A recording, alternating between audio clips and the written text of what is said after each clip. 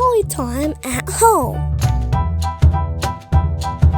Presented by Public Library of Cincinnati and Hamilton County. Hi, I'm Miss Megan from the Anderson branch, and today we're going to read Snail Crossing by Corey R. Tabor.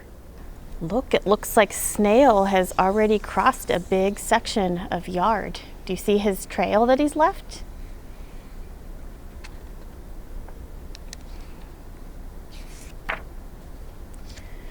One lucky day, Snail was out scouting around when he saw the most beautiful sight.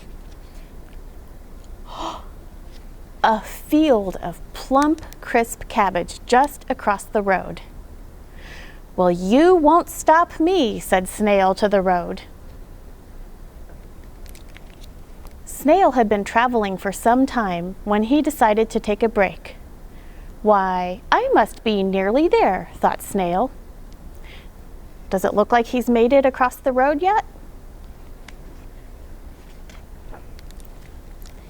He was watching the grumbling gray clouds when he felt something coming his way. What it was, Snail couldn't say.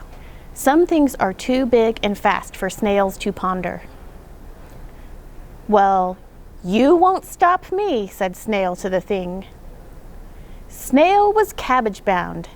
Nothing could stand in his way. "Hey, you're standing in our way. We've got a road to cross here," yelled a troop of rowdy ants. And they probably would have carried on like that if it hadn't started to rain. "Rain!" cried the ants. "Help, help, help!"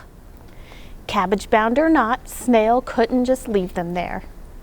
"Come in," said Snail. "Come in before you drown." Where did everybody go? I see some eyes. "Tea?" asked Snail. "Oh, please. Thank you. That would be lovely," said the ants. Click! "We're sorry about earlier. Terribly sorry. Sometimes things get a bit antsy," said the ants. "Oh, I know the feeling," said Snail, and he told them all about the plump, crisp cabbage just across the road. Said the ants. When the rain stopped, the ants said thank you, thank you, thank you, and goodbye. "Well, I hope you'll come back soon," said Snail. "Count on it," said the ants, and off they went.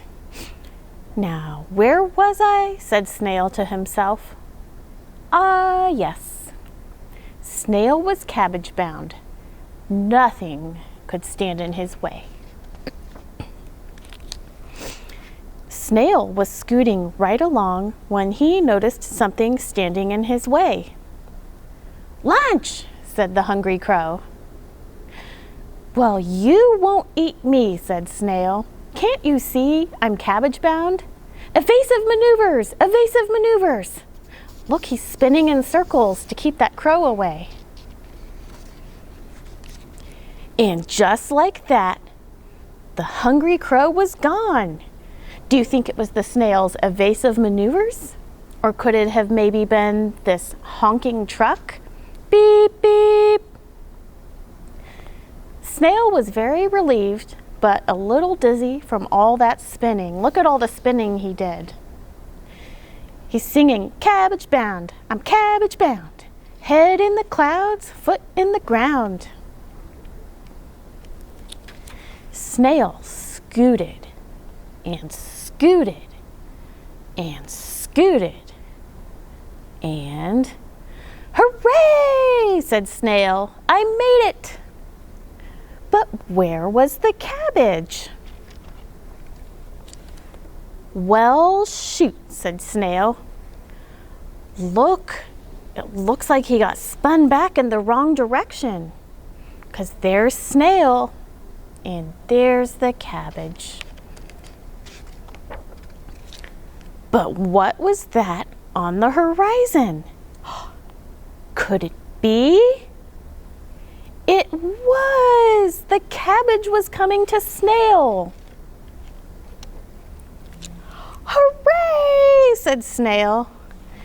Look, it's the ants, and they're singing, snail bound, we're snail bound.